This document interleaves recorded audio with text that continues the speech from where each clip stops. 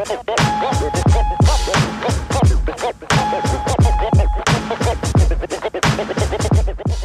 this is Pat Ricard, aka Project Pat, and you're listening to the Baltimore Beatdown Podcast, the best Ravens podcast on the planet.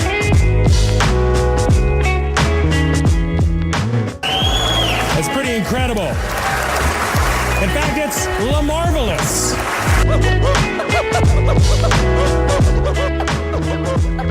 Thank you, guys.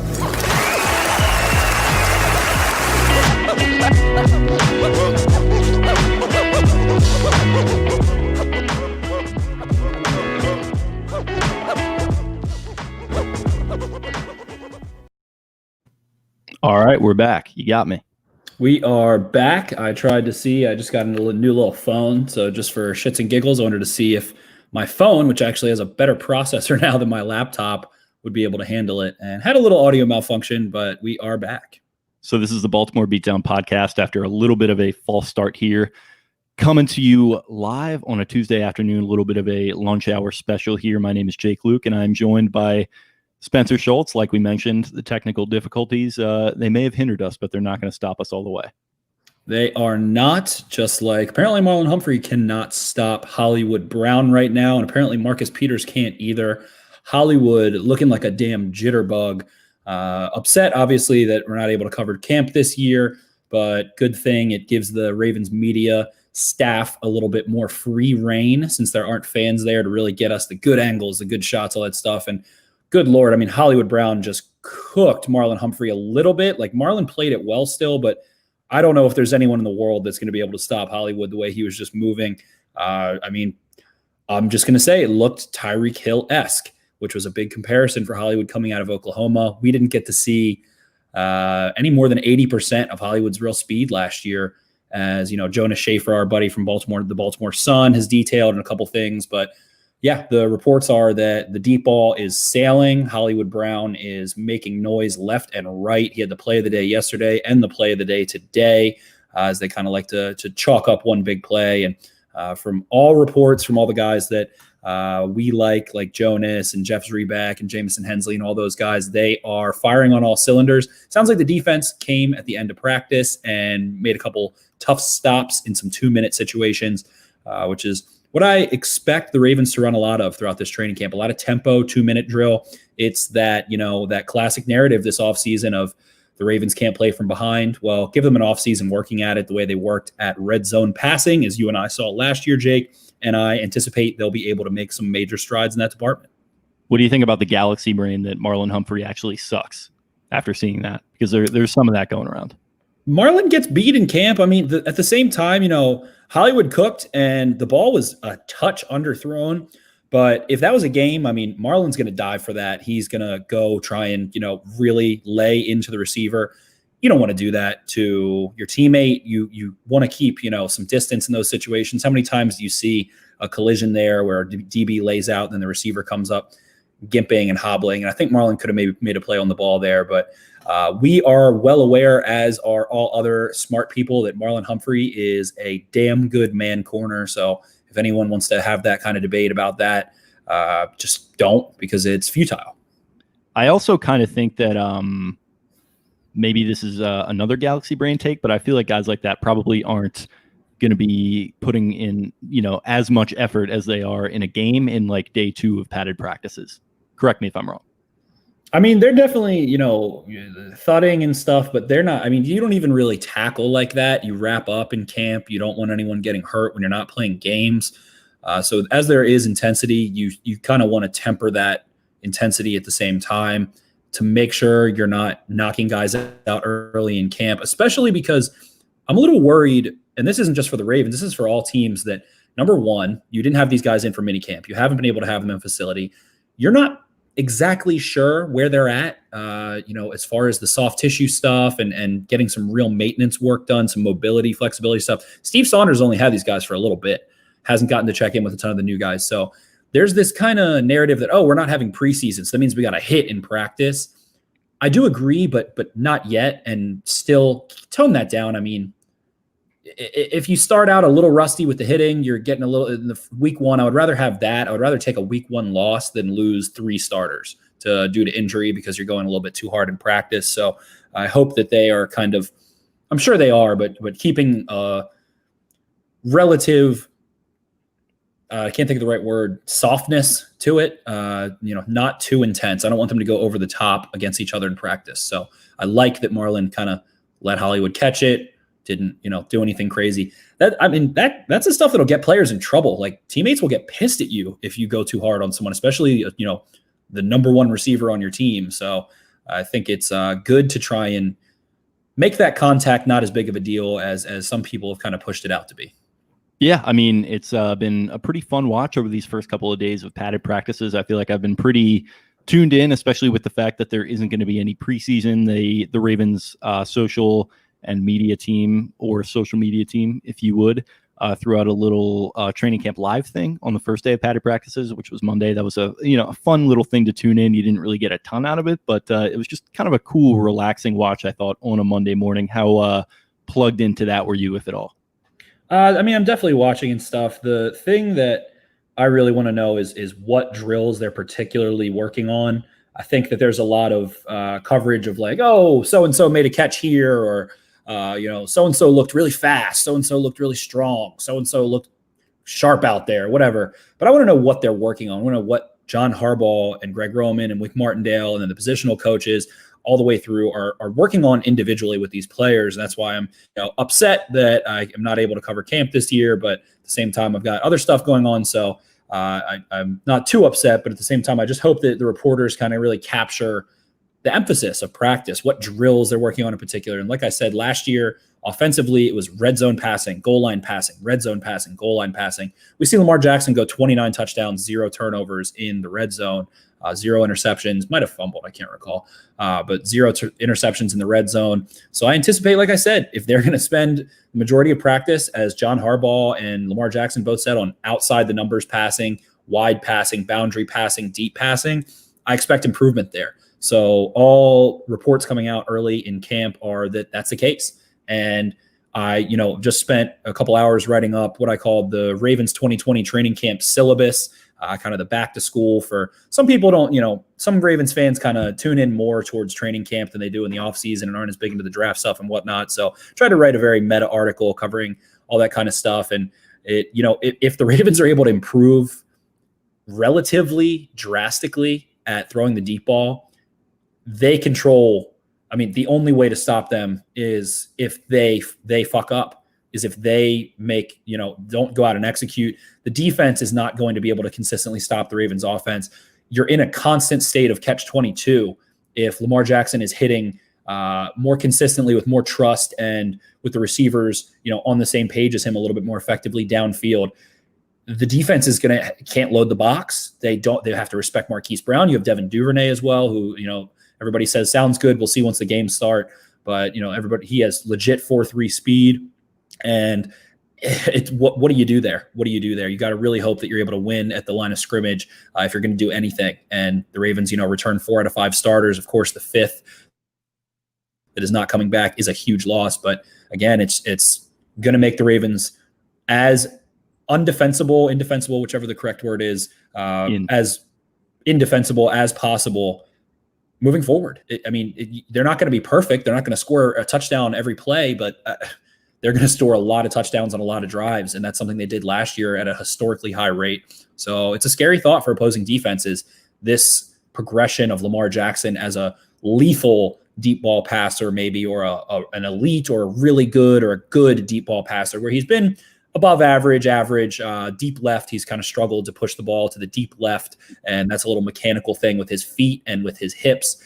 We talked about that with Derek Clausen, and that was something Lamar needed to work on, and sounds like he's working on it. So I'm sure they know what to do. You can only do so much in one offseason, but it feels like they're really on the brink of exploding offensively with the reports coming out of camp. So you're releasing a syllabus. I'm releasing a syllabus. And so does that mean this is syllabus week? This is syllabus week. I can taste the Natty Light and the green apple brunettes, and I can smell the Black and Milds. And some good and bad memories associated with syllabus week. Are we in syllabus week for the Ravens right now? Yeah, we're in syllabus week. It's the first week of camp officially, padded practice.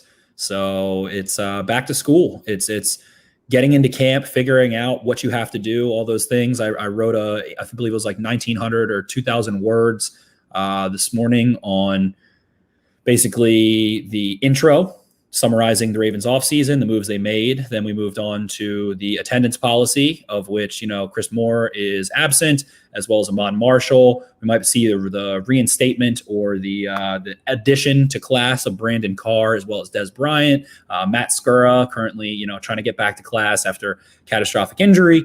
And then we move into the course objectives, detailing what the goals of the course are. And then we go into a grading system detailing, the what I called the first exam, which was the first 3 weeks. That's Cleveland, Houston, and Kansas City. Then it's kind of a little bit of an easy oral presentation where they're able to work on some things and really go stand up in the head of class and kind of dominate probably against the Bengals and the other lowly opponent they play week 5. The DC football team, they play week 4, then the Bengals in week 5.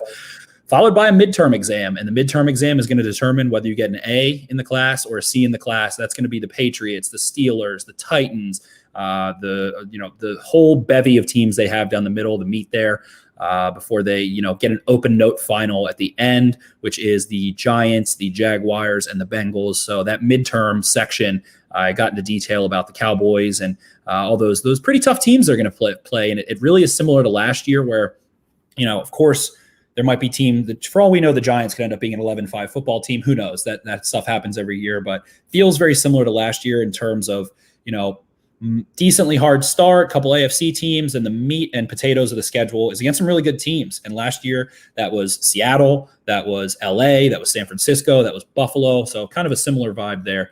And it's exciting. But if that deep ball is humming, the defense is a little, I broke down into the defense regarding, Brandon Williams and Chris Wormley and Michael Pierce produced 46 total pressures on 889 pass rushing snaps. There were 14 individual defensive linemen that produced 46 or more pressures last year. None of them had 600 pass rushing snaps. One of those players was Calais Campbell. Another one, Derek Wolfe, was by PFF's pass rushing productivity measure the 30th most productive pass rusher in terms of sacks being weighted a little heavier than quarterback hits, being weighted a little bit heavier than pressures. A Batman, a Robin who's been a Robin Devon Miller's Batman the last couple of years. They have McPhee back. Feels like that line's ready to cook. So I got into that a good bit and a couple other things on there. Damn, you just summed it up very well. You hit on a lot of our points on the run sheet. I guess before we get into that, just the stuff that we're hearing today, you already touched on Hollywood cooking Marlin. Sounds like our boy Lamar, who was wearing some sort of bizarre parachute outfit to his presser. Sounds like he had a great day throwing the deep ball, and it sounds like maybe a familiar storyline here from this time a year ago. Miles Boykin having himself a big day at that receiver spot. Yeah, we started this cast last July. You and I initially teamed up, and I went to, I think, 12 of the training camp practices, and you came to a few of them as well. And then we had Kyle and Vaz, and this year, unfortunately, Ball Beatdown's not covering. It was just difficult with COVID and everything going on. Usually travels all the way to Colorado. So it's tough. And last year, Miles Boykin was the sensation of training camp. We detailed that on this podcast for, I guess, a quote unquote longtime listener have just been with us for the past year. Boykin was on fire in this. He is, he was like Terrell fucking Owens on the practice field, skying above guys, looking really big and physical, being able to move really well for his size. And then once the regular season started, the kind of just mindless confidence where you're able to just play instinctually and play flow fast. State. Shout out to Rogan, his flow state. The flow state, exactly. His flow state wasn't there. And so Boykin we heard David Culley talk about how he was overthinking things. And when you overthink, it actually slows you down. It causes hesitation, those things, which is why Dez Bryant might be freaking sick for Boykin, a guy who's, probably going to be able to come in and display that and tell him that. And while Dez Bryant's best athletic days are behind him, he's the Cowboys' all-time receiving touchdown leader. He knows how to play at a high level, what kind of mindset it takes to get into that flow state. So it's exciting stuff. Fear causes hesitation, and hesitation causes your worst fears to come true. Exactly. Got to act quickly, act decisively. Yeah, I think I made a Bodie reference to Lamar wearing that parachute outfit. Shout out to Point Break. A little bit of a Bodie quote there for you. So we're just filled with Point Break references right now, which that's me in my flow state, just so we're all clear. Yeah, so I guess we pretty much hit on all of it right there, and we can jump into the run sheet proper, starting off. A little bit of news that we pretty much all expected and knew was going to happen, but it's still good to hear nonetheless. Ravens center Matt Skura passing his physical, attending Monday and Tuesday padded practices, and he is probably the Ravens' current preferred option at center right now, coming off that torn ACL, MCL, PCL dislocated knee injury that he had. It's pretty gruesome, but here he is. He's back in less than a calendar year, and he is in the mix there on that interior offensive line. Absolutely. It's good to see him back. Hopefully you want him to take it slowly. Pat McCarry was certainly serviceable without playing center in a while. And he, got a little beat up in the Titans game, but he definitely filled in as the backup center really well. Really high level of play for a backup, particularly an undrafted free agent rookie who hasn't played center in years. So McCarry, gives you a little safety net. It feels like Bradley Bozeman is locked into that left guard spot, and we'll see, how that develops, how he develops physically. I've detailed how, I don't feel that he's necessarily the most athletic dude in the world, but the Ravens seem to really like his football mind and his work ethic and all that good stuff. And to John Harbaugh, the ethic will beat out the talent if the talent doesn't have the ethic. So makes sense. And yeah, we hope that Skura can come back. Reports are saying that he looks a little bit more beefy in a good way.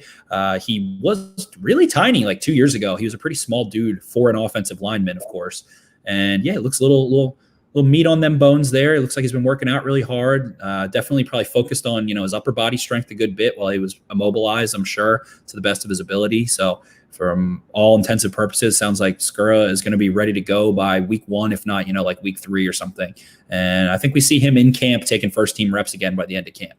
So is that your preference, him having first team reps right now, even with all the uncertainty, or would you prefer Skura have some time McCarry, has the time to sort of get ready for week 1, week 2, whatever it's going to be? I want McCarry definitely taking a lot of first team snaps. Let Skura ease back into there a little bit. You don't want to rush Skura back too quickly and force another injury, and then you're a man down that you didn't have to be. So definitely take it easy on Skura. McCarry should be able to fill in. It's the beginning of the season. The Ravens are a strong team. They should be able to, survive the waters. If it's Pat McCarry, there's not going to be a huge drop off there from Skura to McCarry, but definitely prefer Skura in his best form. Might have been on the cusp of a Pro Bowl season last year before that horrific injury. So we wish him the best, of course. But in the end, you want McCarry ready to go first, and then Skura once he's, comfortable, confident, he's back on the field, able to move around well. And he's got a couple weeks before that. The Ravens don't have a game until the 13th of September. So a couple weeks left to really get geared up and ready to go. So definitely want to get all those situations in. And last year, got to a really good detailed view of how the Ravens have everyone take snaps at different positions, really, other than, Ronnie Stanley. Everyone's going to take snaps at left guard, center, right guard, some at right tackle, all that good stuff. We saw Pat McCarry play all 5 offensive positions in one preseason game at one point, which definitely was a great thing to show his versatility and kind of the balance between the positions. So definitely gonna have to slide some snaps around. You need both those guys ready to go if you can. Maybe it's just me not paying enough attention to the trenches. Shout out to me not giving those guys enough respect. But this interior offensive line, I'm kind of just now noticing very fascinating picture that is forming here. Definitely a very fascinating picture. And Cole Jackson of Russell Street Report, one of our, The O-line bros, the O-line guru, makes a good point. I mean, it really, they've got some guys that can move a little bit better, and they've got some guys that can really throw their weight around. And if they want to run more zone stuff, you're going to want, the lighter guys, McCarry, Skura, maybe Bredesen a little bit. And if you want the big brawlers, you're going to probably want Fluker. You're going to want, I guess Skura, and then at left guard, I guess Bozeman. Those guys are going to be the ones that can throw a little bit more weight around initially and are used to it. So if they want to keep that diverse attack that they had last year, they were able to run zone and power and the option stuff and all the good stuff, all those different blocking concepts, then you're going to need the guys who are most balanced. And to find out who's most balanced, it's going to take a lot of reps, and they're going to need reps at different positions. It's going to be a carousel of moving pieces, and I'm excited to see how it pans out. but it just feels imminent that Fluker gets the right guard spot because of his veteran experience.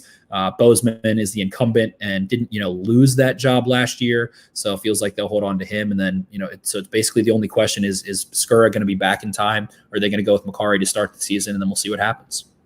Yeah, and I guess we may as well stay on this O-line thing. It might be a little bit out of order as far as the run sheet, but you mentioned DJ Fluker there, a guy who has had an interesting offseason, a little bit bizarre stuff going on with him being a domestic violence victim. So prayers up to him for that and everything. Seems like he's come through well on the other side.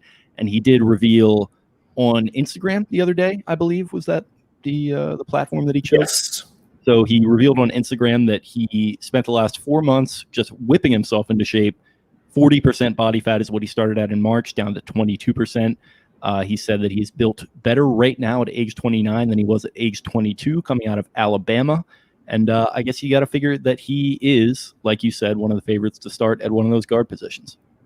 Yeah, it feels pretty much set in stone that he's going to start there. Like I said, just based off of past history of Ravens, especially initially early in the season, trotting out the veterans that have that game experience. He's played in playoff games, things like that. Got 88 starts under his belt, somewhere in that department, and played at a relatively high level. Was a quality starter for a year or two at different times, and his feet were definitely, plodding and kind of slow. His hip mobility wasn't great, but he's a mauler. I mean, if he hits you in the right spot, you're going to move.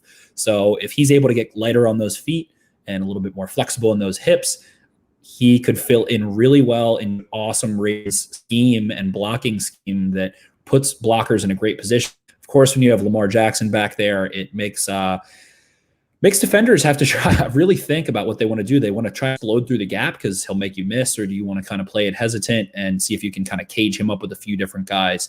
And then the Ravens' backs come downhill hard, and it opens a lot of lanes, all the motion they run and all that stuff. So it definitely is a little bit easier to be a Ravens offensive lineman in one sense, as far as the defense maybe hesitating and not being as aggressive or being too aggressive, as well as being complex mentally, because you have to be able to do so many different things, run so many different schemes, types, and blocking variations. So it's going to be interesting to see how it ends out. But yeah, if Fluker is able to be quicker than he was and a little more mobile, he could be surprisingly a really solid quality starter. And I don't know, I want to say it's almost impossible to go from 40% body fat to 22 in that period of time. So maybe it was like 37 or 38 and he said, 40 because it was close up there. But either way, 22% body fat is not much higher than mine. And he weighs probably about 70 pounds more than me. And I'm a relatively in shape human being. So I can imagine he is ready to rock and roll. What do you think somebody like Joe D'Alessandris thinks of that? Because I think he is one of the more underrated pieces of this coaching staff as that O-line guy that is helping to whip the guys into shape. I got to imagine he's pretty impressed. Of course, it shows the work ethic. They were really unhappy with Orlando Brown last year, if you recall, coming into camp overweight, out of shape. And it's an easy way to get in the doghouse. Jeff Schwartz, SB Nation writer, analyst, presence, former offensive lineman in the NFL on Twitter, tons of followers, all that stuff. He actually posted a video yesterday of when he was in Lions camp. They wanted him at 340. He ended up coming in at 341. The Lions fined him, and then they ended up having him do a bicycle, like a stationary bike, 20 minutes before practice and 20 minutes after practice day, which is just like very insulting kind of. And he was only 1 pound overweight, but it goes to show kind of the, militaristic standards with that stuff that NFL teams have. And so Fluker coming in as a guy who is way underweight, way ahead of schedule athletically. They're getting something better than they thought they were even getting potentially. So I'm sure he's very happy with that. And it just shows that work ethic. And again, ethic will start over talent if talent doesn't have ethic. I love it. So I guess we can move on. We were touching on knee injuries there with Matt Skura. We had another one coming out of camp, the opening day of camp, and John Harbaugh's media availability. He revealed that Ravens defensive back, second year corner, that is, Iman Marshall. He apparently has suffered a major knee injury and will miss the 2020 season. Already placed on IR as of yesterday. He had been working hard and practicing well, Harbaugh said. It just came down on his right leg really awkwardly. He's going to need major surgery. I believe it's ACL, MCL. And like I said, he is placed on injured reserve there. Yeah, it's really unfortunate. Biggie Marshall was a guy they coveted coming out of USC a little bit, 4th round, one of the higher mid-round picks. And I liked his tape from college a lot. We didn't get to see a ton of him last year. He was not necessarily red-shirted, but along those lines. And it stinks on ice. The Ravens, let Brandon Carr go, who fortunately now is still available, and I can imagine might end up in Ravens camp in the next week or so. I would be a little bit surprised if he wasn't, but having him go down is really unfortunate for a young man that certainly worked his tail off. He's a good buddy of Walt, who does the Ravens Flock Talk, and so we wish Iman a speedy and healthy and all that good stuff recovery. He seems like an outstanding man, and hope the best for him. Hopefully he's able to come back stronger, rehab, and get back on the field next year. Yeah, definitely. It is very disappointing. This is, maybe a little bit of like a normie, non-unique take, but he did look like he maybe had a little bit of Jimmy Smith in him with the athletic profile and the build, size. Exactly, and the physicality that he played with at USC. So, yeah, it does suck to see him go down like that, especially like you mentioned, cornerback is one of those positions where health-wise, it can get away from you real quick. And maybe they do call in a Brandon Carr. I would be curious to get your take on this. We're going to touch on Dez Bryant, but a lot of speculation about him coming in to be signed as a rotational option in the receiving core. I guess if you had to choose between Dez Bryant or Brandon Carr at this point, who would you choose? Probably Brandon Carr, just because if the Ravens want to invest in the secondary the way they have, it needs to be consistent no matter what. And last year, you thought going into camp that the Ravens, didn't take a half measure. They took a full measure, to quote Mike from Breaking Bad and Better Call Saul. And they ended up taking a half measure. You see Tavon Young go down. You see Jimmy Smith go down. Suddenly, Anthony Averett and Maurice Kennedy are taking your cornerback 2 snaps and your cornerback 3 snaps. And teams are just the Browns and the Chiefs had a field day with those two, as well as the Bengals. Auden Tate mossed Maurice Kennedy over and over and over again. And, who's to say that another guy doesn't go down, that a Jimmy Smith doesn't go down, that God forbid one of the other guys do. So if this defense is so dependent upon a high level of secondary play, I would rather have the depth there be stronger than at the receiver position where, they've got okay depth, they've got youth. I don't know that Dez Bryant's going to provide a higher quality of play at their respective positions than Brandon Carr will. Brandon Carr, he's durable, he's reliable. It's a low risk, medium-sized reward situation for me, where Dez Bryant could look great. 32 years old, coming off a ruptured Achilles, hasn't played in a couple of years, could very well end up on the IR. So if, you get the chance to bring Brandon Carr back and he's in shape, I would love to see that. Ravens don't have a ton of money, but maybe, Logan Ryan might be another option. I don't know if he wants that role. He probably is asking too much if he's still not on a team yet, but I would like to see bring in a known veteran to get in there and make sure that secondary is shored up. There's a cop shop right around the corner from here. They get one whiff of what we got going on, and it's going to be Custer's Last Stand. That's my Mike Ehrman drought. I just had to get that out. I think you missed it a little bit earlier there. Oh, God. Yes, so some of these options I do like. I think Carr would probably be my preference as far as bring back, but I think I would have to disagree with you. I think with some of the options that they have at corner right now, I just think there's more proven quality than at wide receiver, so I'd probably prefer Dez. But you mentioned Logan Ryan, was it? I think that's a pretty intriguing name. It feels like that's a dude that maybe he's priced himself out of the range, but with the way that camp is going and nobody has picked him up, they could get him at good value. Sure. And we also, aren't mentioning guys like Geno Stone and Deshaun Elliott, who they can move around and do some different things with, maybe play some man coverage. Probably not as high of a level as Brandon Carr would be able to, guy who's experienced in doing so, but we also don't know what kind of shape Brandon Carr's in, but I assume that dude is always ready to go. He is a true Iron Man in this sport. So we'll see. We'll see for sure. But I don't want them to get thin at cornerback, because that is a recipe for disaster. We saw the Ravens with, not a great pass rush last year at times and couldn't stop the run well at times. But when secondary was in place with Ian Marland and Marcus Peters and guys, they were a great defense. They were a really strong defense for the most. So I think that, making sure you got the back end solidified with quality play is very important for this team's success. Cool. Got a couple questions we want to get to after the fact, but we did have a few coming in at corner that I figured this is a good time to hit them. So Ben Rose, any options besides Marlon to step in at slot CB if Tavon Young goes down again? And Mark Pankhurst coming on Twitter with pretty much the same question, in context that Marshall has now gone down. What do you think? I guess in-house options. I guess it has to be Marlon, because Marlon did play, he wasn't incredibly consistent in the slot cornerback position, but he did have some really great moments, certainly with some more reps there, and knowing that he might be doing it, I'm sure is in the Ravens' mind and in their wheelhouse, and he's the one that's going to go into the slot probably. I mean, I kind of want to say Jimmy Smith, you kind of stick in there all of camp at times, get him some first team, some second team run, and just stick him there and get both guys ready in that way. Jimmy might not be, as quick as Marlon is, especially at his age and things like that, but I like Jimmy in the slot a little bit. I like what he can do blitzing. We saw him with a huge blitz off the edge against the Rams last year on Monday night, absolutely whapped into Jared Goff. And I think Jimmy can kind of do some interesting things in that role. I don't know what the quality coverage would be there. Jimmy did shadow receivers at one point weekly, and some really good ones. It was really successful. And I think he still plays at, a high level, not as high as he was back in, 2015, 2016, 2017, when he was really light and stuff, shutting guys down. But I definitely want him to be experienced there as well, so that you don't have to stick Marlon in the slot. Marlon was fine in the slot. Great job filling in there. But in the end, Marlon is best at that boundary corner. And when you don't have to have a guy shadow, when you can kind of just let them play side the field, they get really familiar over there with what's going on in their side field, and I think you can maximize guys that way.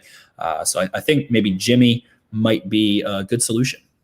Yeah, definitely. So I guess that is enough at the cornerback spot. Jumping over, got some wide receivers to talk about, but before we touch on the big name, we got to go to our guy Chris Moore, special team standout, rotational receiver. I think he caught like 3 passes for 22 yards or so last year. Really not as involved as you would have hoped for a guy who was a 4th-round pick not too long ago, and they had some hopes for. Has not quite developed into what they were hoping as a wide receiver, but like I said, a very strong special teams player.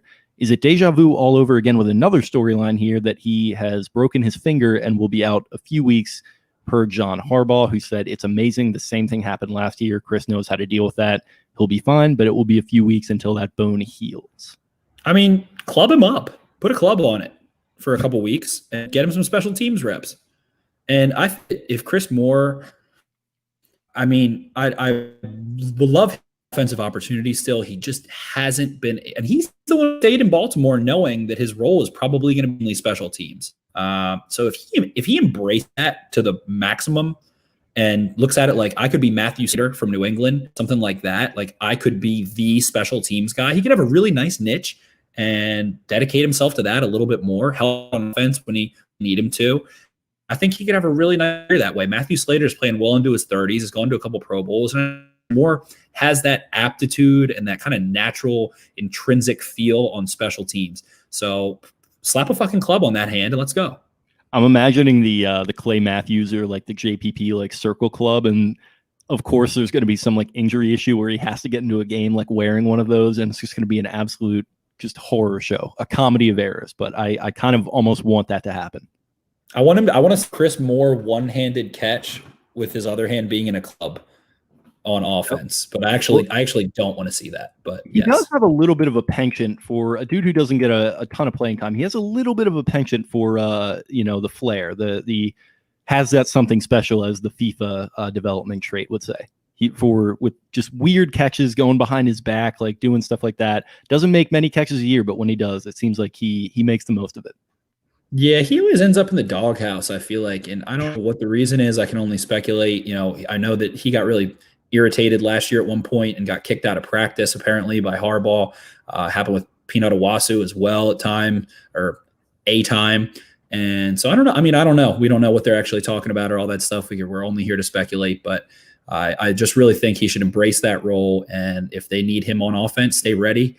Maybe his time will come. And if you want to, again, he chose to stay in Baltimore and not go seek out a contract elsewhere. And I'm sure he could have gotten one. He's, been a consistently good special team contributor. He's had a few catches to his name and made some big plays, like you said. So I just want to see him embrace that role, embrace that 53 not me mentality all the way. And I think he could be a special player. Yeah, definitely. At least for the special teams aspect of things, which is fine. I mean, like you mentioned, Matthew Slater has made a great career out of it. He might go in the Hall of Fame as a special teams guy. Anthony Levine, another dude on the same team who has had success in that way. So yeah, man, it's an interesting role. It's one that, like you said, I hope he does embrace, because it feels like he could be, I don't know if I say a legendary Raven, but a legendary special teamer a la Levine here for the next decade. But yeah, moving on. I guess the big ticket news of the day, we're throwing up the X. Dez Bryant. Yeah. Dez Bryant. Double X's for 88. There's 8 on the Ravens, is there? There's not. There might be a guy right now, believe like with the roster expanded, but I don't think last year there was a prominent player wearing 88. Maybe I'm wrong.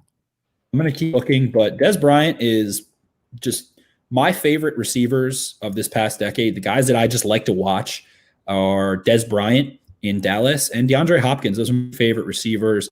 I'm really excited. I know that it's easy to, get a little too excited, and we do have to, realize he's 32 years old. He hasn't played football in a couple of years, but I love Dez Bryant, man. The X, the Cowboys all-time, times receiving leader, the swagger that he brings, that attitude, all those good things. I loved it. He won me a fantasy league. I drafted him in the first fucking round in 2015, I think, the year he had 15 touchdowns, and he carried me down the stretch and took a fantasy title.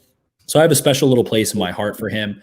I do think he's definitely lost a step. He's not going to be playing at, a Pro Bowl, all-pro kind of level anymore, but you know what you're getting with him. You know that he's going to be able to release, that he's going to be physical. He's going to, be similar to Chib said from Russell Short, probably be similar to Crabtree, maybe a little bit more juice, just a little bit. But as a wide receiver 3, a wide receiver 2, a wide receiver, I think he would be a really fun, experienced, good, confident option. And he would be the only Ravens contributor on the Ravens' entire offense over 30 years old. So I think that would bring a little bit more confidence into the rooms, into the work aspect of things. And he's been on some decently successful teams, never in a championship game or never played in a Super Bowl or anything, but knows what it takes a little bit more than some of these younger guys. And of course, Willie Snead does too. And that's the only other real vet in that room that's experienced any kind of success as a receiver. But Dez Bryant, I think, would be a really fun option. And we'll see what he's got, man. We'll see what he's got. He's been working his tail off, and I'm excited. One of the most physically dominant receivers I've ever seen at his peak, including in person. There's a 2012 game where the Cowboys came to Baltimore, which we're probably going to have to do for a rewatch here at some point soon while we still have the time. 3 touchdowns in like the final 15 or so minutes. The Ravens end up winning, but he put a good old scare into me back in 2012. I think that was 2014, probably his peak, like you mentioned, with that 15 touchdown season or whatever. Just an absolute freak at the, at his peak, but like you mentioned, definitely lost a step, hasn't played since 2017. He's had an Achilles injury since he hasn't played, which is pretty weird after he signed with the Saints for like a day, just immediately tore his Achilles. So a mega tough scene there for Dez. Hasn't played in 2 years. But yeah, like you mentioned, he's got the attitude for one thing. Sounds like he wants to come to Baltimore. He had been talking to Harbaugh saying, I like what you guys are going on, love Lamar, and I'd love to play with you. He'd been pushing this for a while. And now that COVID restrictions are clearing up, he's finally able to come in and do a workout. Sounds like both sides are relatively excited. Harbaugh, of course, choosing not to comment on it with his media availability, saying, my only comment is we're not commenting on workouts. We're looking everywhere at everybody all the time. Whoever we bring in once the workout happens, I'm sure that will be announced. But as far as Dez goes, it's like you mentioned, he's not as physically dominant as he once was, but that wasn't the entire scope of his game. He was also a little bit of a technician. He always had good hands. So I think the technician aspect and the hands aspect don't leave you in the same way that the physical dominance do. So I think bringing him in and like you mentioned, the Michael Crabtree thing, like 2018 Michael Crabtree is like a fine number 3 or number 4 option. In fact, probably pretty good compared to what you have going on right now. So bring him in, let him get the tryout in camp, a la Michael Floyd, see what happens and go from there. I think the upside is only pointing up. And, people are going to bring up attitude issues or whatever. I never really bought into that with him to begin with.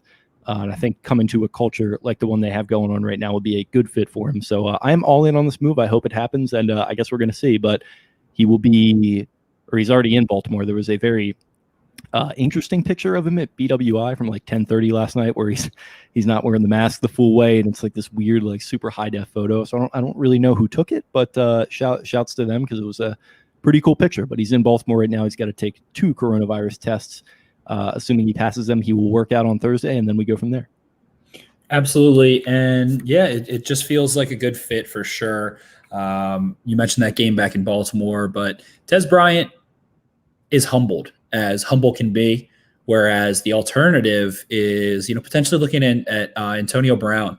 And Antonio Brown is a very high risk, very high reward situation, where Dez Bryant is an incredibly low risk, moderately high reward. And I do like that Crabtree comparison. You make a good point there. Like Michael Crabtree was, it was him and John Brown, and Michael Crabtree was the X. Like the X is the receiver, the number one guy who's out wide, fighting press coverage and stuff. And if Dez doesn't have to be the number one, his trainer, Jonas Schaefer, again, who's been absolutely crushing this training camp. Make sure to follow Jonas on everything and read his stuff for the Baltimore Sun. But Dez isn't trying to be a number one receiver. He's trying to, go somewhere, be a number 3, a number 2. He just wants to play football again. And he has hit rock bottom. It sounds like, depression, injured, not on a team, watching the Cowboys, continue to build after he had left. And he had his difficult, tumultuous times in Dallas where, allegedly there was a video that Jerry Jones had bought, and then Dez Bryant asked for a contract extension and was, being kind of pouty after Jerry Jones essentially just paid 7 figures to help Dez Bryant out of a legal situation and some whole messy situation out there. God knows what goes on in Dallas. We do love the place, but it was difficult for sure then, and feels like I said, hit rock bottom personally, emotionally, and has emerged out of it. And that's the exciting thing about, hitting rock bottom in those tough mental times, is that the only place to go is up. And it feels like he's gone up and up and up. And this is the final step to his redemption, going back to a team that you turned down a 3-year, $27 million offer from, not with your tail between your legs, but proudly that I am here. I am coming back. I know what I did. I know mistakes that I made, or I know things that didn't go right, and I'm still here. Life did knock me down. It's a redemption story in a little way. And it's sweet because I loved him as a player, and hear all these things and, all these issues that he says that he had to go through in his own head, and bring him come out and he's just been in Texas, play football, whoever will play with him, training, trying to get back on the field. So I think it'll be a really cool redemption story, and you just need some of the, there's just that little magic with those kind of anecdotal stories that end up contributing to Super Bowl teams. I feel like I'm not, trying to compare or make competition of them or anything, but think about, like the 2000 Ravens and the 2012 Ravens, Bryant McKinney coming in after being in the doghouse, and, Art Modell had passed away, and all those things. And then you go back and think about 2000 with what has come out of OJ and a couple other storylines there, and some things like that. So I think that it's just really fun to have those kind of storylines. And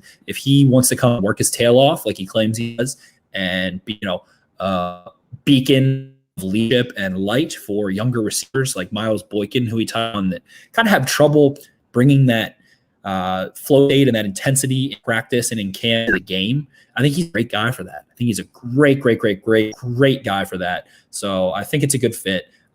Worst case, he ends up being kind of like Michael Floyd last year, and maybe he's not, exactly what you want, and you want to go and go a different direction. That's not a bad situation for the Ravens. That means they're happy with their young guys. They're happy with Prochet and Duvernay and Scott and Moore and whoever they end up keeping, maybe Antoine West. So it's a win-win for the Ravens. And the quote from John Hart, he says something like along the lines of, "Can you read me the exact again?" He said, "We see everyone all the time." What was it? He said, "We're always looking." Basically, he said, "My only comment is we're not commenting on workouts. We're looking everywhere at everybody all the time." We're looking everywhere at everybody all the time. Those so hypothetically, they're looking at us right now. You think the only 2 phrases that you could put on both Eric DaCosta's tombstone and as like the motto of the Chinese, looking at everybody everywhere all the time. And that's what I love to say. DaCosta, he makes the phone call. He called about DeAndre Hopkins. He called about Jalen Ramsey. He called about Marcus Peters. He called about Calais Campbell. Like and then he asked them if they wanted to be a cop or if they wanted to appear to be a cop. Or if they wanted to trade to be a cop. Classic. So it just shows that the Ravens organization is never complacent, never lazy, especially the personnel in front office by Mr. Eric DaCosta. And you love to see it. They're not just sitting on their hands, hoping. They are proactively seeking depth, seeking leadership, seeking veterans, seeking youth, seeking experience, seeking potential, consistency, all different things. They weigh all, and you have to be happy as a Ravens fan at this point. 14 team that is leaving no stone unturned and becoming better. So they're trending upwards still, and it's good stuff coming out of camp. Yeah, a little bit of a weirdly divisive nature, I think, from the fan base, at least just from what I've seen on social media surrounding the signing. I think some people maybe had an axe to grind with Dez to begin with, just thinking he had an attitude or whatever. I think there's some saltiness about the fact that he did turn down that 3-year contract from them 2 years ago. But to be very clear, he made the correct decision at that point in time, because he would have been exactly what Michael Crabtree was in that offense that year, which was a guy who was effectively a number one, who shouldn't have been a number one, who had some good games and some very bad games. And I think, like I mentioned, a version of that could very much work as a third or a fourth option in this offense. And it's like you mentioned from that Jonas article, talking to his trainer, some guy with the last name Robinson. I don't have it in front of me, but David Robinson. Yeah. Okay. So he said he's a legitimate number 3 receiver. He could come in and be somebody's number 3 receiver right now. With time, him getting in shape in a few weeks, getting acclimated to the system and things like that, he could easily slide in and be a number 2 receiver. I think he's a lot more Larry Fitzgerald-y in his career, like in the slot, using him closer toward the goal line. That's where on the 40-yard line and in, which Larry Fitzgerald, I mean, obviously more prolific, but a guy who played a ton on the outside. And it was kind of starting to look like physically he was getting worn down. He couldn't do it anymore. Bruce Arians comes in, moves him into the slot, has a complete career renaissance. And now at like age 61, he's still playing for the Cardinals as a slot wide receiver. So it's an interesting comparison, I think.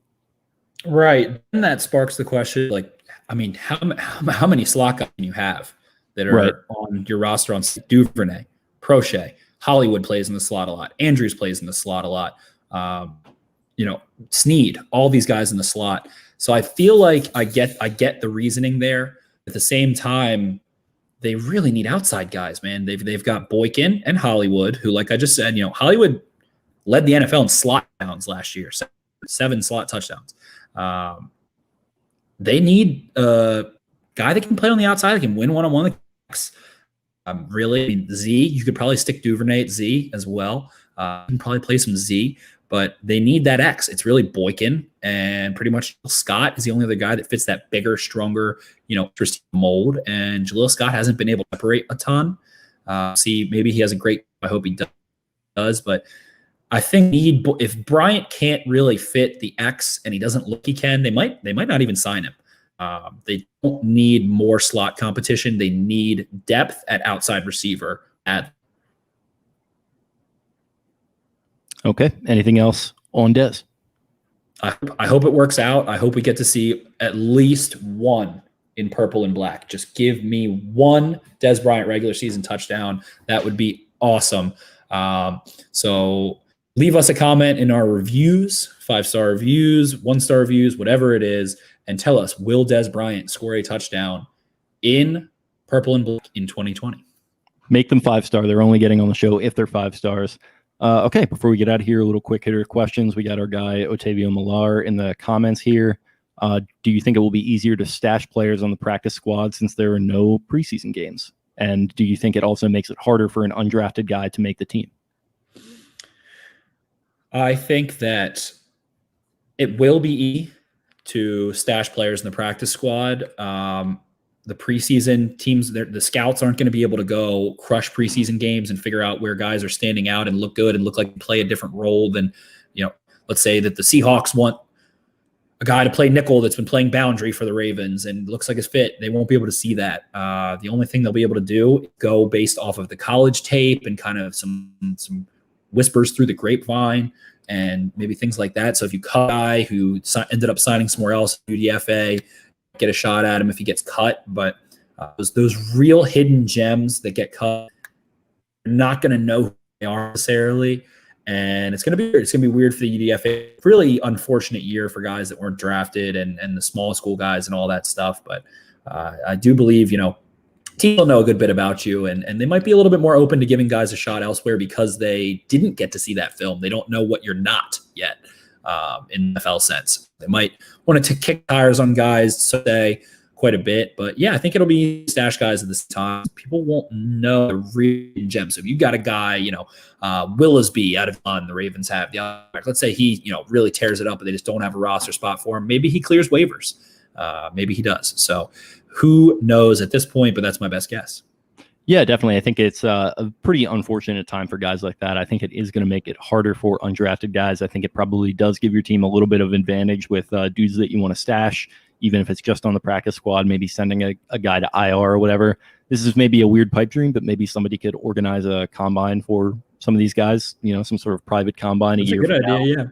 Yeah, whenever all this stuff is over, it's like, hey, if you were affected by this, if you want to show off your skills, come to X location and X amount of teams are going to be there. That's probably just a weird pipe dream, but I think it will be cool for dudes like this who maybe are out of a job, whatever amount of time down the line because of all that has happened.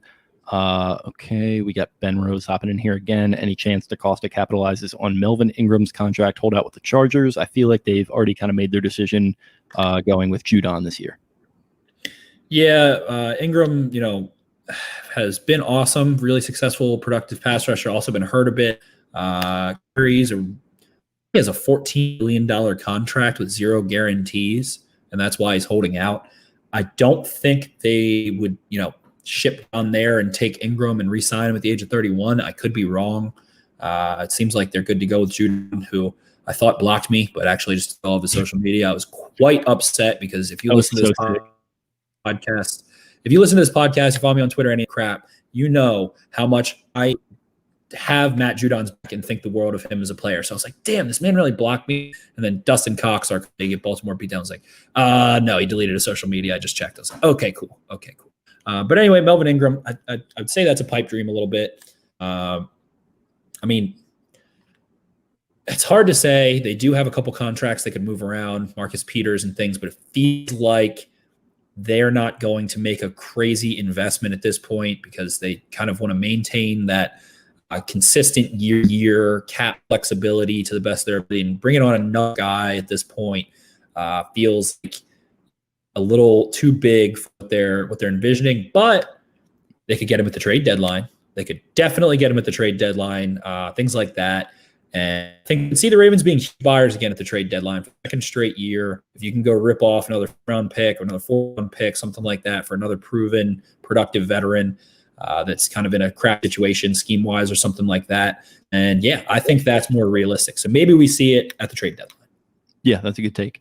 Last one we got here is Clay with a K. Do we see an expanded playbook this year with a neutered preseason? Love that word in Clay. If so, what plays do you hope to see more of? I feel like Spencer is already going to say screens, LOL. I probably agree that that's what you're going to say because you have been Mr. Screen here for the last couple of weeks. Yeah, screens, jet sweep, passes, all utilize the motion. It's utilizing the motion. Stuff that we already wanted, even like without the idea of there being no preseason. Right. Bubble screens. You got Hollywood lined up in the slot. You got Boykin out there, and there's only 2 Ds. You know what Hollywood just did to Marlon Humphrey, kind of open field, even though he didn't have the ball, but is going to be explosive after the catch. And still, I love the fact that he played last year the way he did, conservatively after the catch, falling down, avoiding contact. A couple times against Miami in the first week, his 2 touchdown catches, he found 2 defenders who clocked each other, laid each other out. So I love that he still has that, kind of experience of protecting himself. So it's like with what Lamar does, with what Marty Mornwig and Greg Roman originally said with Lamar, like if you can score, try. If you think you can try. If you don't, protect yourself. Get out of bounds down. Stuff. I think that's the best fee to have. And I believe that those are going to be big, big, big. And the one part of it is that Lamar stunk at throwing them his rookie year, like really badly. It had to do with fucking hips, opening the gate you'll know because you pitched in high school, not really having your foot meet your target and following through with having your upper body and lower body in sync. It looked a little bit better last year, and that's another little area they can improve in training camp this year. I actually do touch on that in that syllabus that I put up that should be published tomorrow or the next day, a big article. But yeah, I believe that those screens, all that good stuff. And then defensively, it's going to be rushing 4 more and bluffing the blitz. Get into that in the syllabus. I mentioned it on here earlier. Wormley, Williams, and Pierce were pretty much the worst in their pass rushing trio. They were the 3 starters. Although they played a base, Wormley 5 tech, Williams was at the 3 tech, and Pierce is at the 1 tech. Those guys only had 46 total pressures and like 4 sacks or 5 sacks. So being able to rush 4 with combinations of Campbell and Wolf and McPhee and Judon and Ward and Bowser and Ferguson and Mataboyke and all these different guys, being able to bluff the blitz. Because when you're playing the Ravens last year, you know they're blitzing. You know it's freaking coming. So there's going to be a hot read somewhere. Blitz, there's a hot read. And that led to some quick passing stuff against the Chiefs and against the Browns. And when the coverage was great, it was some quick passing stuff. But now, if they're going to drop back, they're not kind of hogtied or forced to blitz, then they're going to be able to bluff the blitz, drop 7. That's going to confuse the shit out of opposing quarterbacks a lot of the time, as it has for years. I mean, to talk to Patrick Mahomes in 2018, he was like, I don't even know what the hell they were doing defensively. He ends up lobbing up an easy pick to Chuck Clark because he was so freaking confused. And, you know, Brady's been stifled. The Ravens have gotten Peyton Manning times with that same kind of stuff that ties all the way back into those creeper defenses, and Mike Nolan and Marvin Lewis and Arananda from LSU, who's out at Baylor now, and that whole thing we've talked in great detail before. But so rushing 4, bluffing the blitz, you know, of course, still blitzing, but simming the pressure, dropping more guys into coverage is going to lead to a lot more sacks and a lot more interceptions, in my opinion, if it is executed well. Me personally, I'm very intrigued by this idea of the 2 running backs in the backfield with the quarterback type thing that we were touching on a couple weeks ago. I just think with the spoils and the riches that you have at that position, why not use it, especially with the investment that you just made in the second round there with J.K. Dobbins. I think getting him in the same backfield with guys like Lamar and Ingram, and maybe even mix it up and get him in there with a guy like Hill, who brings this other, you know, fun kind of cool skill set. I say get more running backs in there. It might be a little bit galaxy brain, a little bit. No, I don't think that's galaxy brain, because from there you can motion Justice Hill and J.K. Dobbins. I've talked about how J.K. spent % of his snaps at OSU out wide. Right. With how they like to use motion, get J.K. snaps out wide where he's coming into the back to make 2 backs or just 1 back, have Justice Hill do that, so split them back out wide. So that leaves possibilities, and that can go in hand with the stuff. So, I mean, the Ravens truly, when you think about what those running backs can do, Ingram made a couple great this year split out wide. He had a big against the Texans. It was over like a smash read. And Browns, I think, in Cleveland. Yes, that's the one that he got kind of hurt on too. And Lamar was able to sneak it between the underneath and over top defenders in like a cover 2. And some of those things, those out wide, man, they can catch the football. So I think those are definitely huge points. And then the final one that I'll touch on is J.T. O'Sullivan, who does the quarterback class stuff on YouTube. Definitely watch him. Has a lot of great insight, a former NFL quarterback. He made a point that with those running backs, there was a lot of the bad plays, some of the interceptions, turnovers you saw to the Ravens offense, it's because Ingram or Edwards was kind of like we said, a half measure instead of a full measure. They tried to do this weird combination of chipping a little bit and then leaking into the backfield, kind of half-assed. Do one or the other, make it decisive with full speed. Chip the shit out of an end and force him back inside, or get your ass to the flat, because Lamar would look for the check down and it wasn't even there yet. And then he has to so he went through his first read, wasn't there. Second read, the check down wasn't there because he's not running his route full speed. And now he's like trying to make the school bullshit happen. So get into the backfield quickly, get out there so you can flip the ball in open space and go get a first down or make a big play. So that was a big point that JP O'Sullivan made.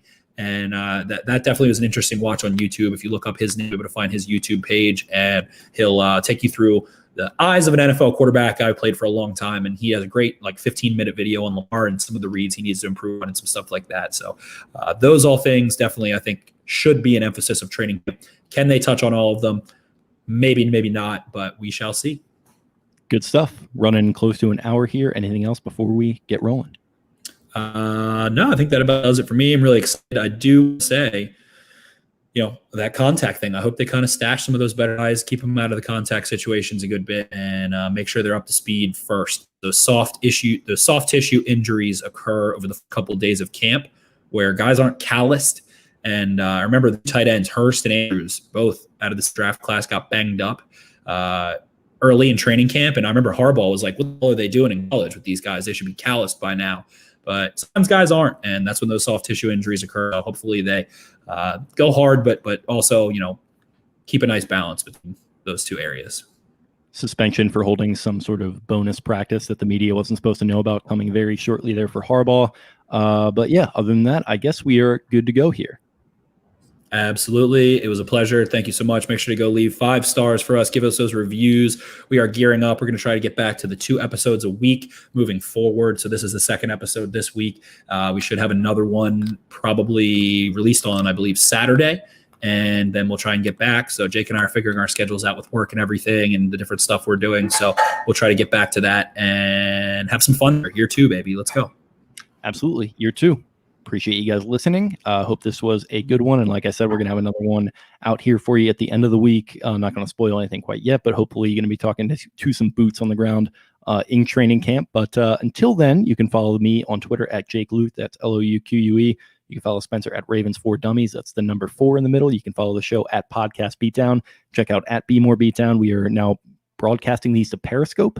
Onto the Be More Beatdown Twitter account, and also check us out on YouTube at Baltimore Beatdown to find video episodes of the show if you're not already watching them. So really appreciate you guys listening. Camp is open. We're having some fun, and hope you guys are enjoying it. Peace out.